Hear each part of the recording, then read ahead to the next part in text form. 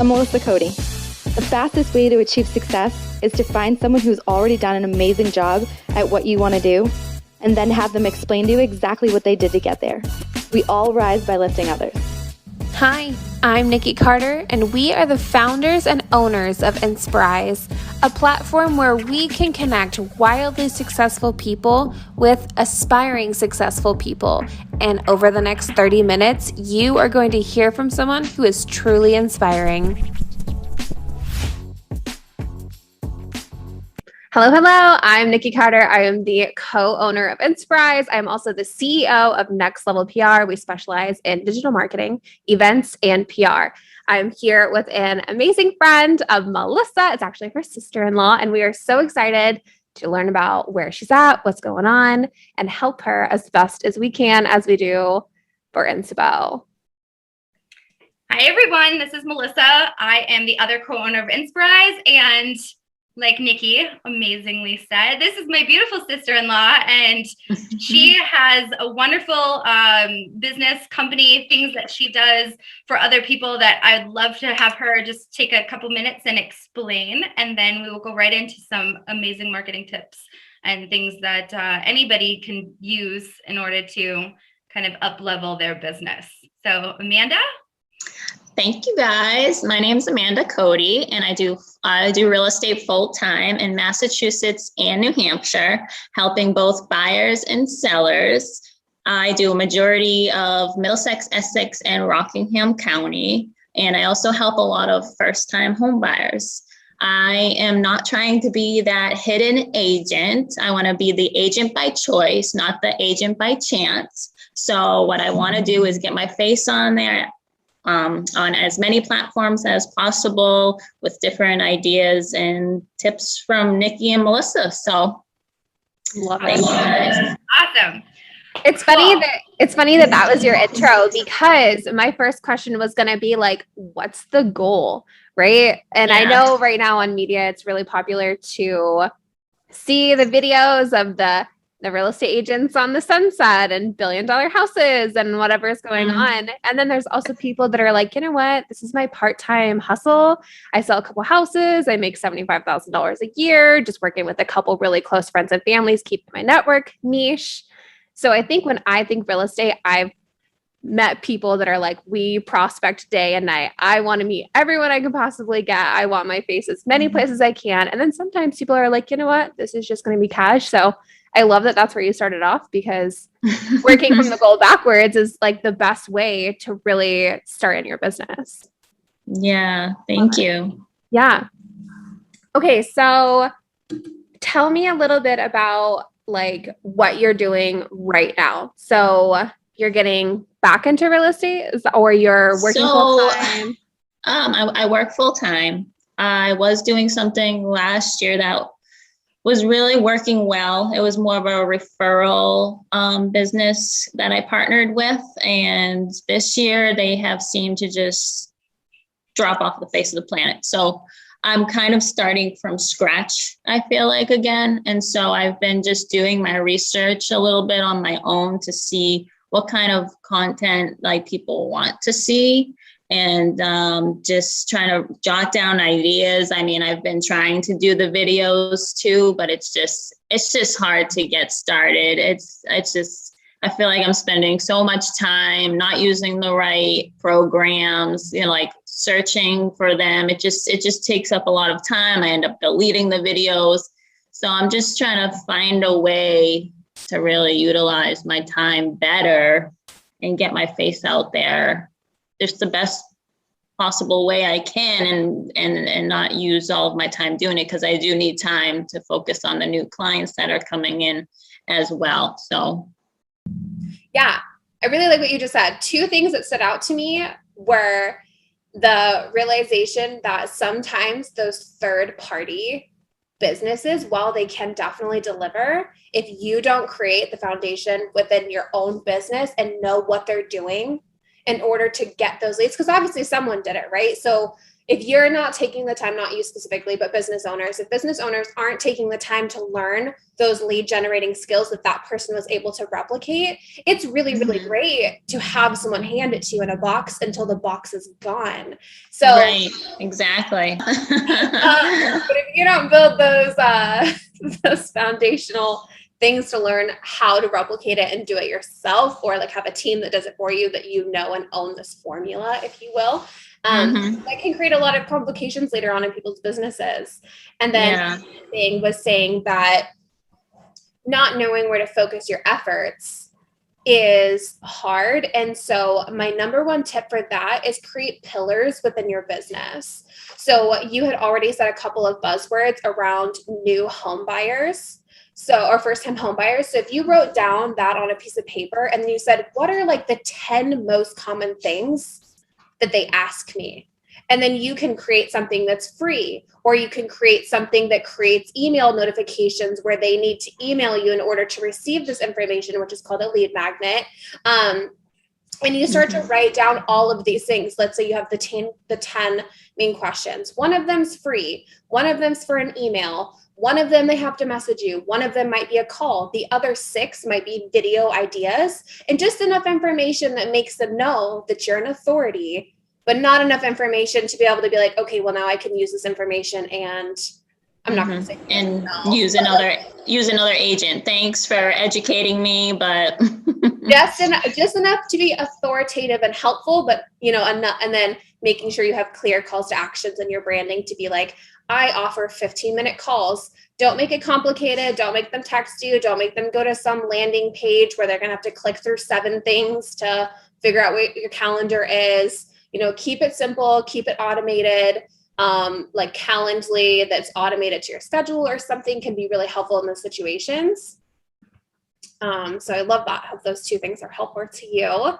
And then that's super important, that part, as well as like I have these ideas, but I just sometimes don't know where to start. Like I'll look at myself and I'm like, that was pretty goofy. Like I don't like, I need to come off as like entertaining and like knowledgeable and everything in one. Like I'm kind of too much of a perfectionist too. So I'm like hard on myself, and like I won't go with a video if I don't think it's like perfect, so I'm like I see people on YouTube and whatever, and I'm looking at agents that have a lot of views on there and just do really well with video, and I'm like, how do I get there? We did a video or an interview with someone lately. She's a nomad traveler, and she moved from Wales to like different countries, and right now she's in Thailand. And one of the things that I asked her, I said, what made you get up and decide this? And she said, my best advice that I can give anyone, no matter what they're doing, is just do it. Like just start. And so like I get the perfectionist thing because I'm like that too, but people are like, you're probably your hardest critic. You know what I mean? And people are going to be receptive to something versus nothing. If you don't put anything out, or if you don't, you keep spinning your wheels on starting, like they'll never get to see even the raw you, even the beginning of the, the progression of you, getting to the end point of like, okay, now I feel like a perfectionist. Like a lot of times people enjoy the journey. And so, coming from that angle, I think is really good. And then the just starting. So if you just start, and then you also give people the raw story, like this is where my story starts and watch me as I go, like that's super inspirational. That's why we created Insporise, so that people can watch other people's journey and see people that have done other things that have worked and have not worked, and they can kind of pick and choose where not to make the same mistakes and stuff. So you could be that inspirational person that they're watching this journey of. And the other thing, as far as like the perfection thing goes, that I had a thought on is like branding. So I feel like probably the real estate agents that have thousands of people following them or whatnot, they probably started somewhere, right? Like even if it wasn't their end goal in mind, or if it wasn't their perfect brand or whatever, but they started somewhere. And then along the way, they perfected their brand and they made themselves, I don't want to say a household name, but probably more of like a public figure. And so to me, that looks like having things on your website, because your digital persona is how you, in a digital world, bring people into your story. So your website, like if you had something, and this is just an example, but if you had something like not necessarily an ebook, but something along the lines of like the 10 steps to, you know, first time home buying, like what not to do, like make sure you're touching their pain points, make sure you're, you know, taking them away from the stress and the struggle of it. But now you've become that authority and you haven't even talked to them yet, but they, you know, download like a colorful PDF or something with some photos of you and your best tips. And now you're the authority before they've even gotten to talk to you. And then doing that kind of on other platforms, having, like Nycki said, pillars of the different things that your target audience are going to want, and then helping them with that in a digital world, so that when they are ready, they feel like they already know you. They've watched your story, they've watched your journey, they've downloaded your books, they've seen your, you know, advice, they've seen your inspirational quotes, whatever, and they know that when they're ready to do something, or if they know somebody who's ready to do something, buy a house, sell a house, whatever, they're like, Amanda's perfect. I know her already. Yep, exactly. Those are all good points. And that's kind of who you'll attract. You know, people will watch you, and that you'll attract people who want to work with you by that. Instead of just what it is right now is just a name and a picture, which nobody really knows who you are with that. So it shows no emotions or anything. People want to work with people they know or people they like. That's typically the standard. Right. And I think in a digital marketing point, we call it perceived value, which the internet makes that very easy. A couple of really nice photo shoots in a really nice house one time really says a lot about what your entire life looks like somehow. This 5-second snippet of a really, really great photo shoot of you in front of a mansion, they're like, she sells $1 million houses every weekend. Look at her. I mean, this must be her life every day. I'm not sure why that happens on social media, but those perceived value tips one time with a couple outfit changes and a couple different locations, it can absolutely elevate your brand and your website, like Melissa said, to expand and look like perceived value to what people think that you do. The other thing is on perfectionism that I want to touch on is don't be afraid to niche down to a certain, like, let's say you're like, I want to niche down to like a higher end clientele, but she is a busy, hot mess mom. Like those women that are like, let's just get the job done. We've got the money. I don't want to mess around. Like that's my client. You talk to her and create an avatar and create content that's just for her. And sometimes those hot mess moms were like, that chick, she's got 5 kids running around, her hair's up in a bun, but look at that $1 million house behind her. Like, I know that she knows what I need. And so I love her. And I always use the example of like Kylie Jenner, which seems extreme, but think about how niche her brand is. Women that are into her super, super like very niche look in a very high-end clientele, like $75 lip glosses, yet she is a billionaire. So no matter how niche you get, there's going to be a market. And so sometimes when you're first starting out, it's easier to niche down. Because if you were like, okay, how do I go find these hot mess wealthy moms? I bet you could think of a couple really local mom groups that are in nice areas. You hang out where they hang out. You go to restaurants they hang out in. You leave your information in restaurants that they would eat at in these towns. And it quickly creates a network for you. And that can be both grassroots, like working with networks of restaurants that help you in these areas, as well as social media presences like in these Facebook mom groups. All you have to do at the end of the night is go into these Facebook groups and you just type in like selling house, home buying, real estate tips, real estate agents, and you will just see tons of people asking questions about it in these searches, and you reverse engineer it and say, hey, did you ever find anyone to fix your credit? It might be from 4 months ago, but they're like, oh, we were trying to buy a house, but I couldn't fix my, or whatever, right? Like I couldn't fix my credit. So you just say like, hey, how did that go? Did you ever find a financial advisor? I have 3 that I know that I would love to connect you with. And then you can choose. And using these very niche strategies to grow your network online, as well as be someone that would get referred out, because now you're informational, you're helpful, you have great perceived value. With people want to pretend like, well, photo shoots aren't going to convert. It's like, don't underestimate a 3-second picture of a snapshot of your life on what people will perceive that your life looks like every day. So I love that. I think perfectionism is definitely something that we as women are like, okay, I've got to look good, and I've got these long eyelashes, and I've got to lose 10 pounds before I go take pictures. And those things about you will make someone pick you just for that. And I think that people forget that, because social media is so full of people that are on, chapter 20, and we're at chapter 1 trying to compare it to that. But there's lots of people that are interested in you right now as is.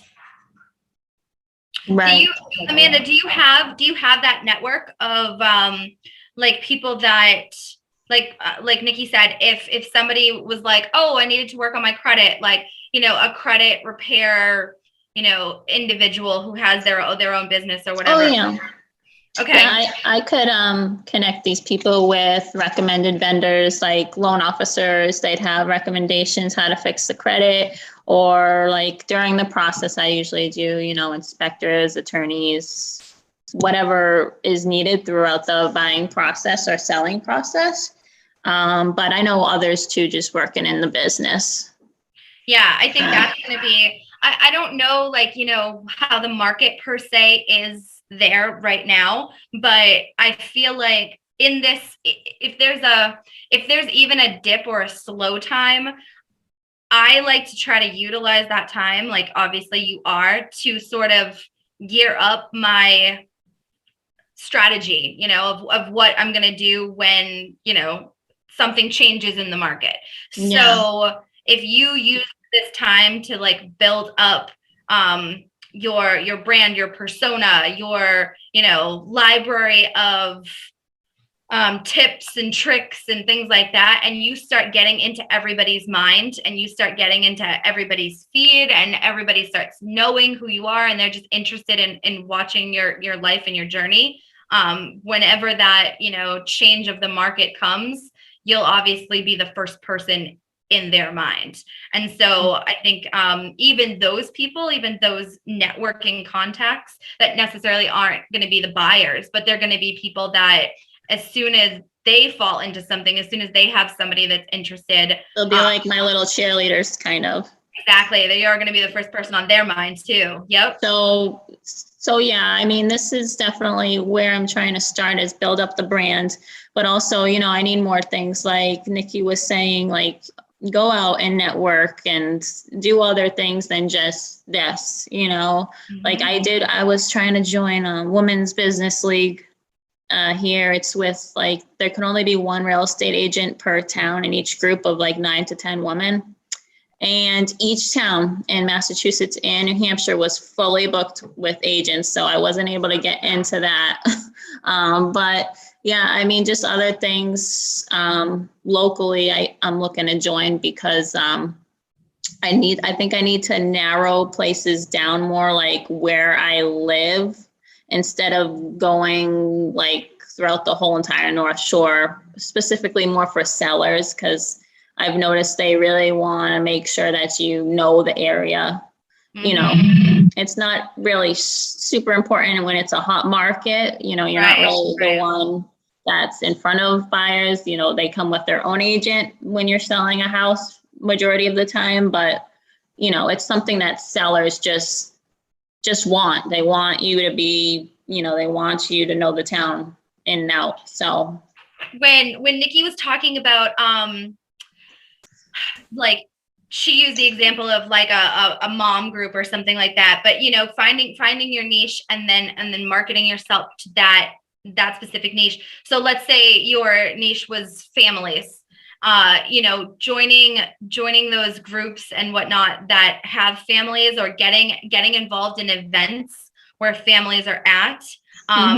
And as far as like physically doing that stuff, but then kind of with your digital marketing as well. Like if you had, like, again, I keep going back to something like ebooks, and it doesn't need to necessarily look like an ebook, but something along the lines of like 10 steps to find the perfect school district or something like that. Like if that's what your niche market needs to know, like we talked about, reverse engineer what, like if you were your target audience, what would the things be that you would be concerned with?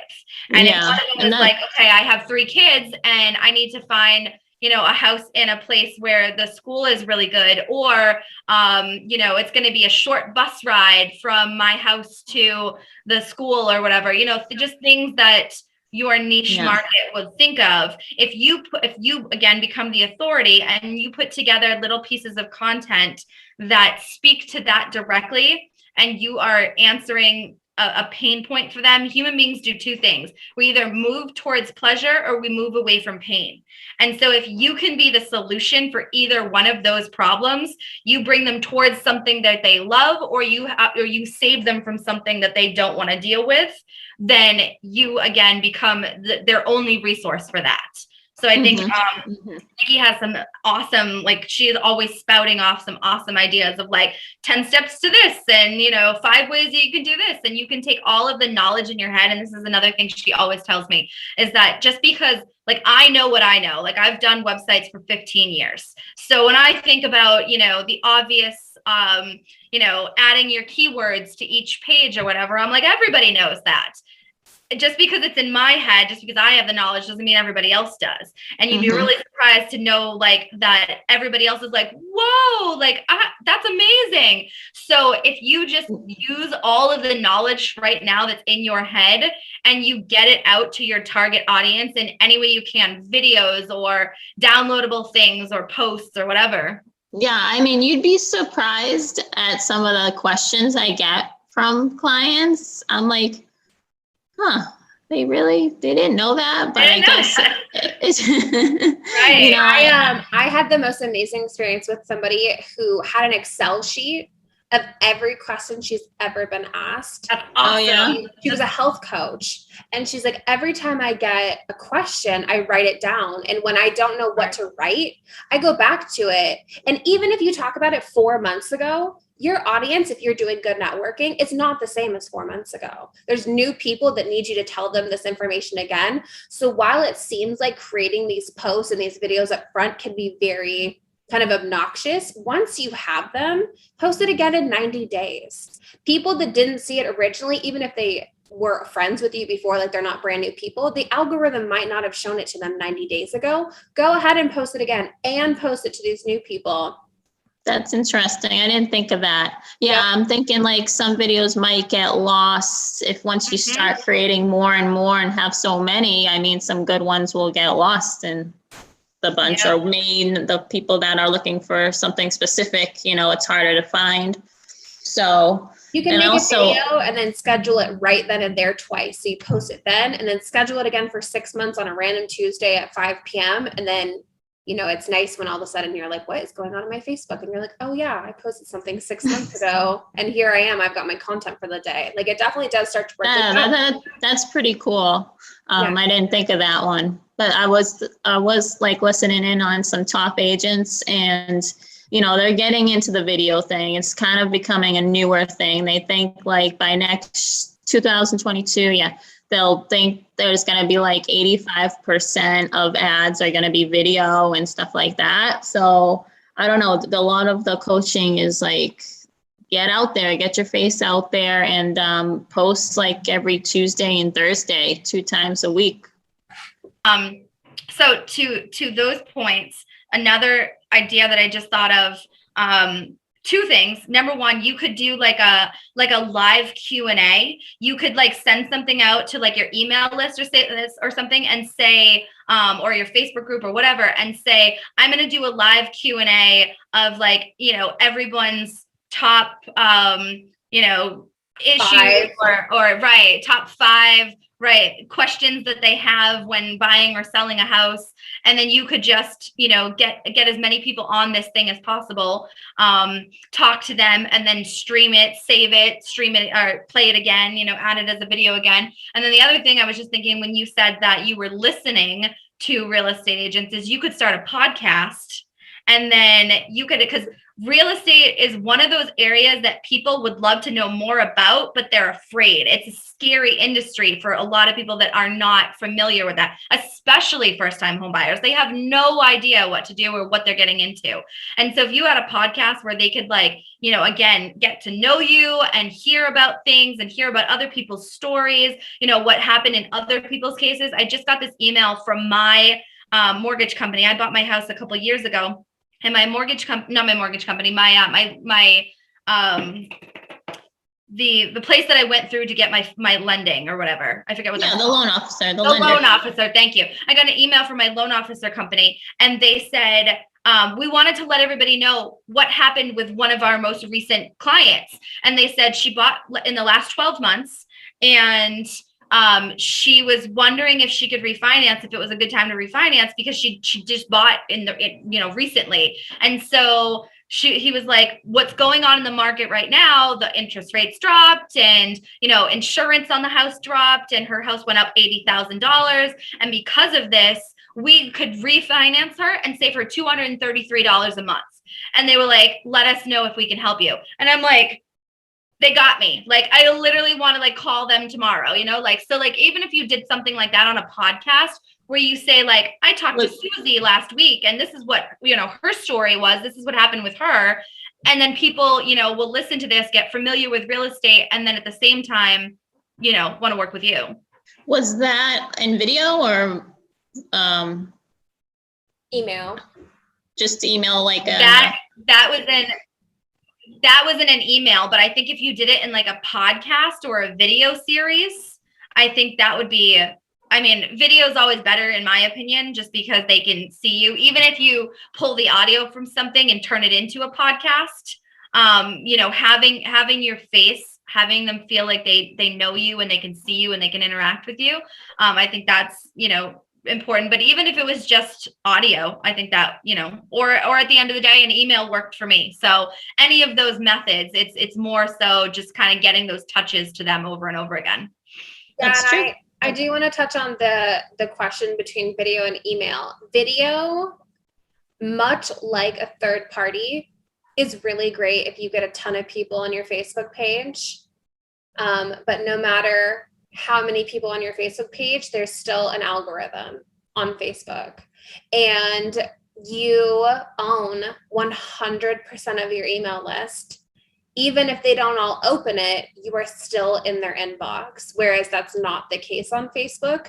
So any chance that you get to use a video, and not any chance, but an appropriate amount of time when you're trying to get somebody on video, make sure you are doing your due diligence with collecting emails, because you own that. And that's probably the closest thing in the digital marketing world that you can own other than a phone number. So either get people to text you or get people to give you a phone number or an email is not something to sleep on. And I know there's some Facebook regulations that are changing right now around email. And there's also things changing for Facebook ads to emails. And so it's making a lot of people say, well, emails aren't as important anymore, and Facebook isn't going to do that. Of course, Facebook isn't going to help promote you collecting emails, because it takes people off of their platform and it makes you not spend ad money. And that's not a conspiracy. That's just literally a business tactic that Facebook has. If you have to pay me Facebook ad money for me to show you your video to 100% of your people on your profile, I make money. But if you collect their email and you get to talk to them without my help, I don't make money. So Facebook is a really, really, really great resource. And I think that people should use Facebook ads to collect emails instead of, trying to get them directly to an offer. I think a free lead magnet of a 5 ways to or how to type situation like Melissa keeps bringing up is really, really great. But make sure that within that, you're not just giving them free content to build your authority. You are collecting an email out of that, because then you can use and reach out to them again without retargeting, because otherwise the only option you have is to go spend more Facebook ad money retargeting people that visited your profile. So they'll try to catch you twice by not giving you those emails or access to it. So make sure that you have that functionality available with whatever you're using. Okay. And on your website too. So if they're going to your website, and we talked about it yesterday, like have any resources that you can capture their information. So I know we talked about reviews and whatnot, and obviously reviews are really important, but even getting the reviews on your website itself, like Google's great to have reviews there, and realtor.com, and like, the different places that are niche to your industry are important, but you want to own your own content. That's really important, is to make sure that whatever content that you're putting out, like Nycki described, Facebook is amazing, but if Facebook closed tomorrow, would you still have all of your contacts? Would you still have all of your content? So yeah, I feel like Facebook is always changing. Right. So you can't rely on that. Having those resources like on your actual website that you own, and being able to collect that there, and even, posting videos, like have maybe a section on your website that is like your media library or something like that. So that way, if they're not even coming from a Facebook page or a Facebook group or something like that, and they're just, going directly to your brand, then you have all your content there as well. So, I want to actually back up and talk about something that you had said about not being able to get into networking groups, which I think when people think networking groups, they definitely think like BNI or Chamber of Commerce, those kinds of things, which are really great resources. There's a ton of local, like, I could not imagine that if you searched like New Hampshire boss mom. I know. I think if I searched in like meetups or something like that, yeah, I bet I could find some things. Yeah.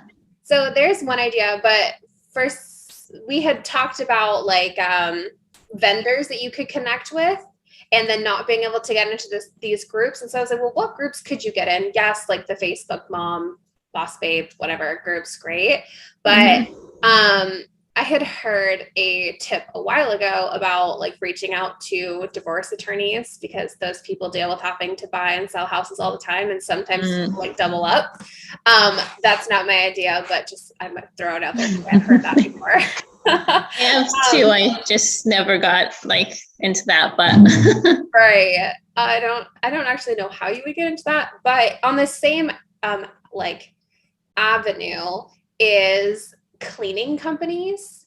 People hire cleaning companies all the time to get ready to come take pictures and sell and start to like get their house ready.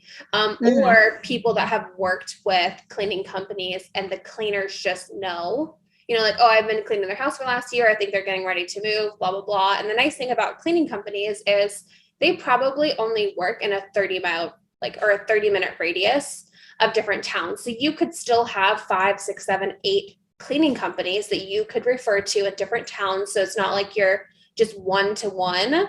You could know 8, 9, 10 cleaning businesses that could recommend you. And you just make sure that you say like, hey, if you give me some of your business cards, when I sell a house and I leave like a nice care package for my, new buyers, I will make sure that I leave them a little goodie basket with some of the great local cleaners, and I will leave your card for them, or like inspectors. And I know there's rules to things like that, so I don't know if that is particularly allowed, but I'm sure there is some kind of exchange that could happen, that like you could do a verbal referral or something, and try to create those networks. I know a really big cleaning company here, and I mean, she has like 65 employees or something crazy. Wow. So if you knew somebody that had that many employees within a cleaning company who knew who you were, and you were the like real estate agent they referred, while that's not like a BNI or a Chamber of Commerce, that is still absolutely a network of people, even though it's not like a standalone business or something.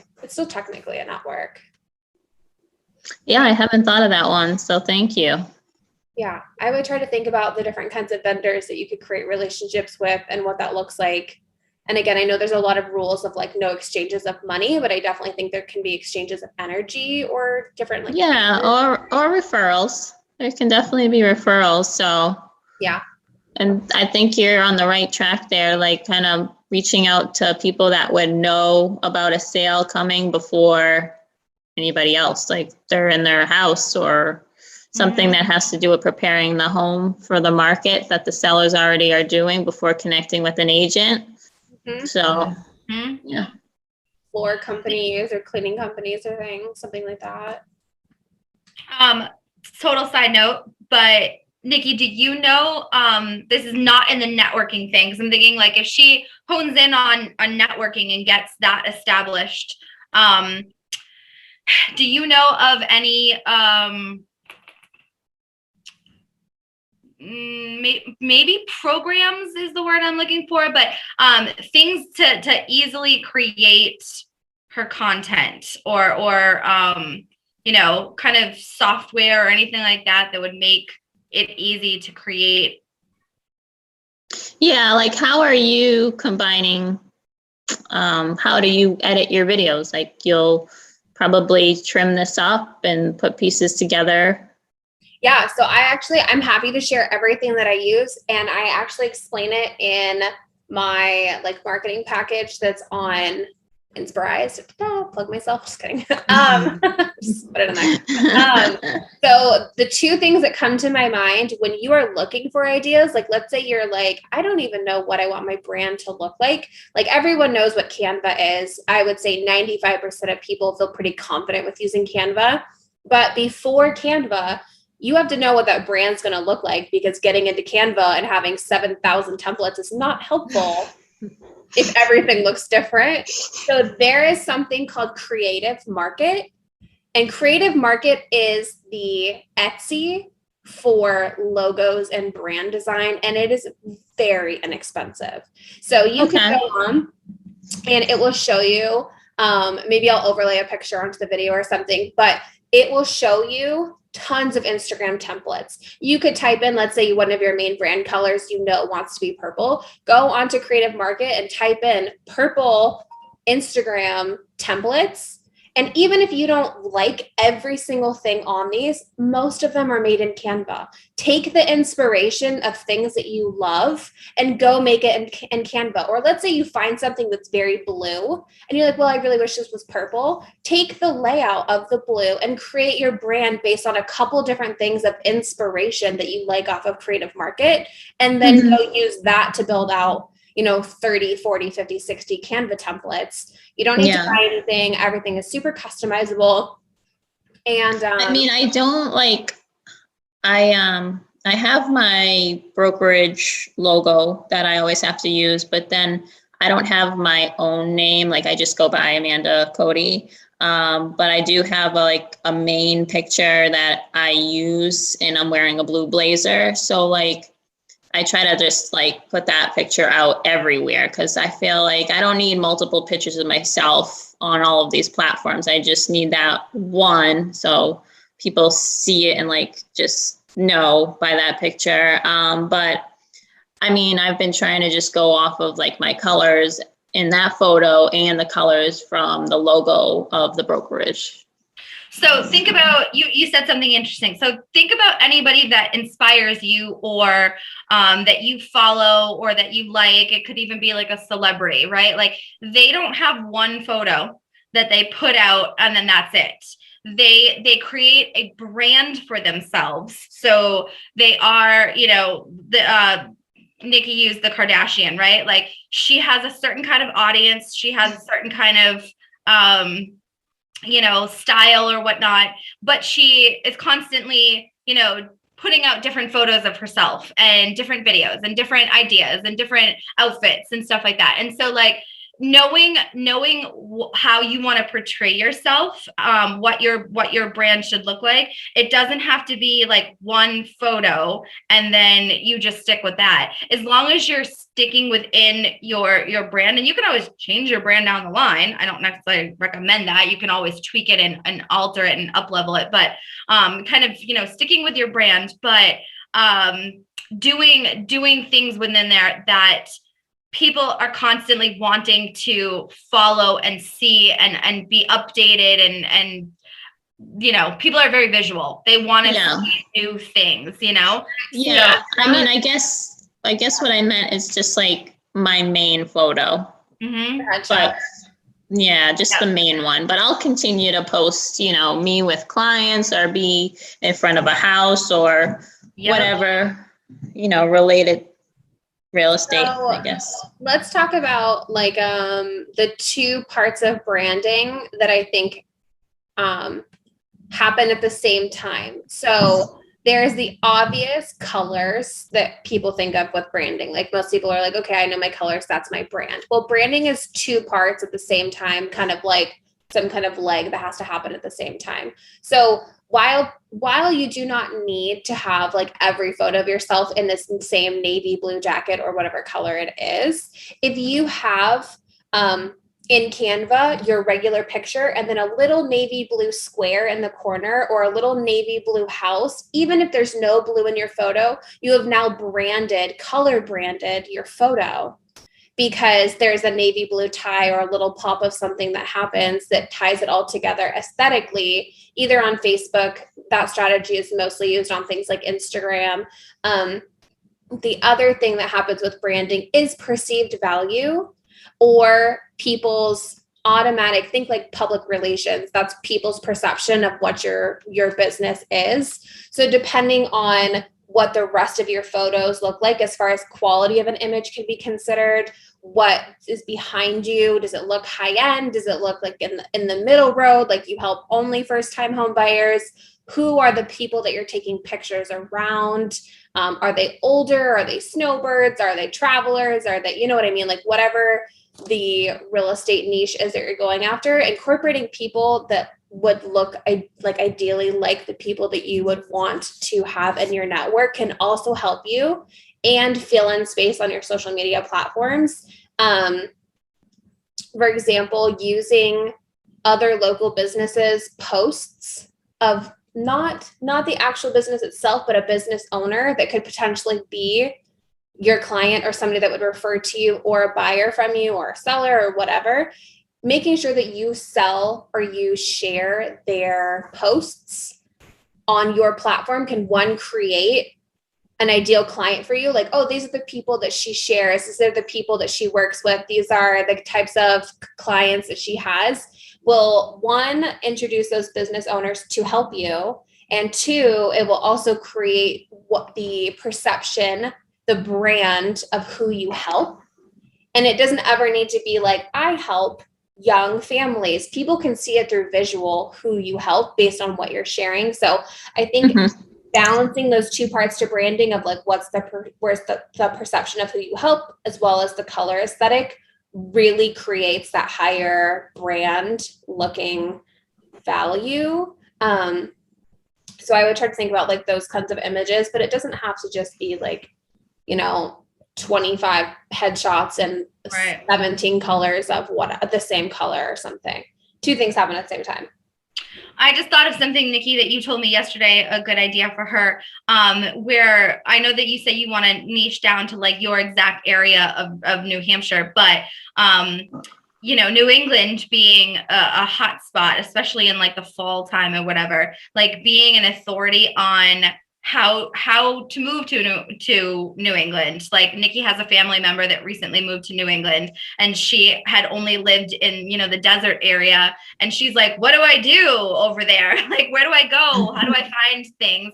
And so, you being an authority on like, here's how you move to New England and here's the things that you do. And, even if it's like, you get yourself a big puffy jacket, right? And you put on a jacket in a video and you're like, you're going to need this, like, here's where you can go skiing, and like, here's where you can go nature walking in the snow, and like, kind of being your playful self that you say that, you want to be the authority, but you also want to be entertaining people or whatever. I think that's a really good place to be. No, that's good right because that reminds me, like, I was trying to get ideas on YouTube of realtors, not necessarily in this area, but all over.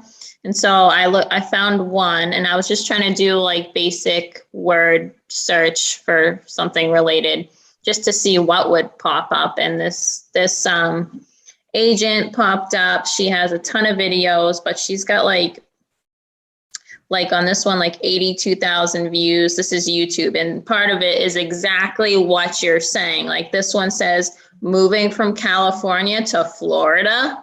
That's it. And then that had 82,000 views. And then there was like another one about like Florida, like I just screenshotted like all of these. But yeah, I mean, like what the truth about Florida. Yeah.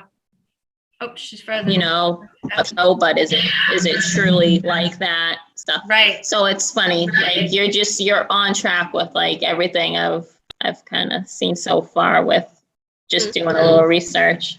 Yeah, I mean, New England has so many amazing places that are like hidden gems that, you know, if they're coming from Florida or they're coming from Texas or they're coming from California, those are totally different cultures and styles of living. Arizona or Nevada or, you know, the Midwest or whatever. I mean, there's so many different places in this country that people could be moving. You have to keep in mind your target audience might not be moving from, you know, one town to the next. They literally might be moving from across the country. And you now have the amazing position to be able to tell them about these hidden gems. And even maybe somebody is like considering moving, like, oh man, I wish I could move to New England. That sounds amazing. Like I would love to see the leaves change. And they're not even at the position where they're ready to do that yet, but they see your video and they're like, oh, wow, I didn't know that there was Canopy Lake Park. I want to go there. And like, you know, that becomes something that guides them. And they're like, well, Amanda Cote told me that, so I need to go and check her out and use her when I move there. So if I add like photos and stuff from Google, is that like, let's say I have like part of it's me talking and I want to add some visuals. If I just like find some photos in Google Images, is that like legal? No, you want to use stock photos, and there's free stock photo companies and then there's paid stock photo companies. So you could go on ones that, you know, are free, and it's pretty easy. You just type in free stock photos into Google. But you want to make sure that you are only using or downloading or utilizing photos that are put out there for that specific purpose so that people can utilize them. Would any be like targeted to Massachusetts or specific? Yeah, you can type in, it's kind of like a search engine within the stock photos. So you go to a stock photo site and then you type in like New England or Boston or New Hampshire or leaves or fall or whatever, and it'll come up. I would search for images that you're looking for people on Instagram and ask for a collab and say, hey, I'm making a video. I love this photo that you took of whatever park. Can I use it in my video? And I will, in the lower third, tag your photography business and say thank you. So at least anyone who's looking at me will know when they're moving to the area who's this great local photographer is. And you might have a couple different images of different photographers, but that's a good idea. Yeah, because in my head, I'm thinking, I'm going to have to go to all these places and take, you know, I have a great camera and all, but like, I'm like, do I have to like do all of this myself, basically? Oh, that's a really great segue, because I was thinking while Melissa was talking about, you know, when people are like, how do I generate income the fastest? If I was like, you need to make a video that's going to make you some serious money tomorrow to get you some prospects tomorrow, it's not going to be, let me tell Californians to move, like how to move to Boston. Like that's probably not your fastest way to success, while it could definitely have a return later.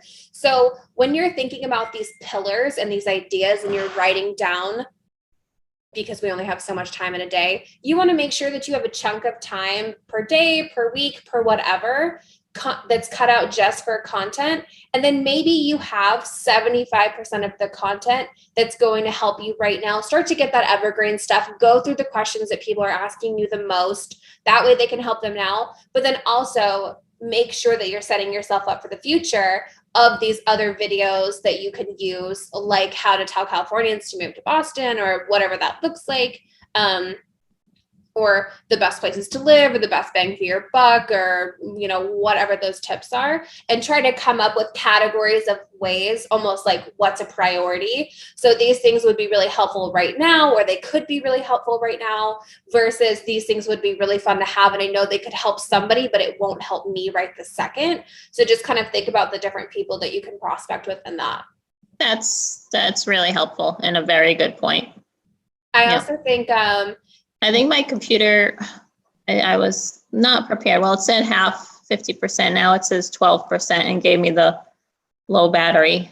perfect. I actually have to wrap up, so we'll wrap it up. Okay. Sounds good. Josh is on his way home and they're getting ready to leave. So I think all the guys are coming right now. But my husband is going out of town with all his brothers. And so they're all going to leave from my house. So After we conclude, I just want to tell, before her computer dies, I just want to tell Amanda a point, but let's finish and then I'll tell her. yeah, so I think creating those priorities about what's going to help you now and what's going to help people later and trying to schedule that out in whatever way best helps, because while content creating is very helpful and it is going to generate income, I do know that there's other tactics that you can do of emailing people and calling people and talking to people right now that could also help. So try to figure out what that mark. So if you're like, I have 10 hours a week for marketing and I'm going to split 3 hours into video making, 5 hours into calling, and 2 hours into future content, just try to split it up as best as you can like that. And then you guys had said something about like, oh, people might want to move to Boston because they love this. Well, because I'm from the West Coast, and the only thing I think of when I think of Boston is like clam chowder, is chowder, right? Like, is go to these restaurants, right? When you become an authority and you have 5,000 people on your Facebook page that like you, and you go and you're like, this is the best place to get chowder. And then you tag them in the video, and how can they not at least want to respond to you or possibly share and collaborate with you and be like, oh, if you like our chowder, you should come try this sandwich that we offer or something.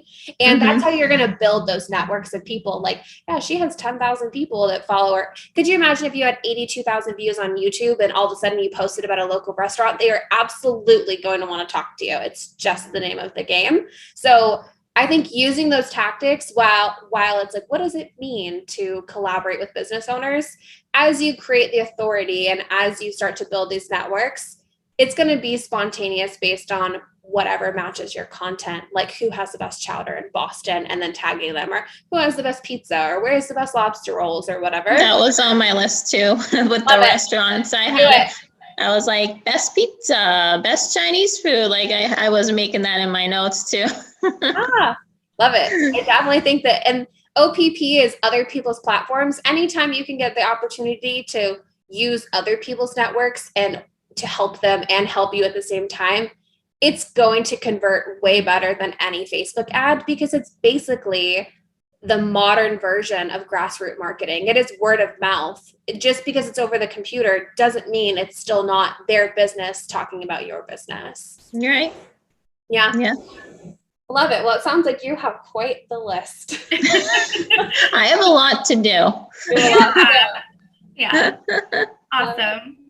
Cool. Well, Amanda, thank you so much for being here with us today. We loved chatting with you. We hope some of these things are useful and you got your work cut out for you with your list of things to do. Nycki, you want to close it out?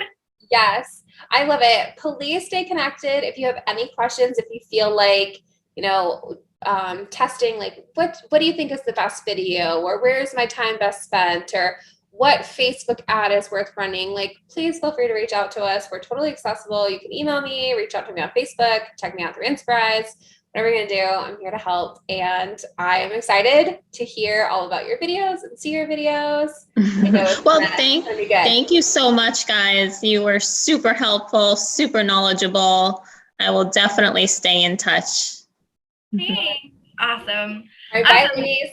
Okay, bye. Bye.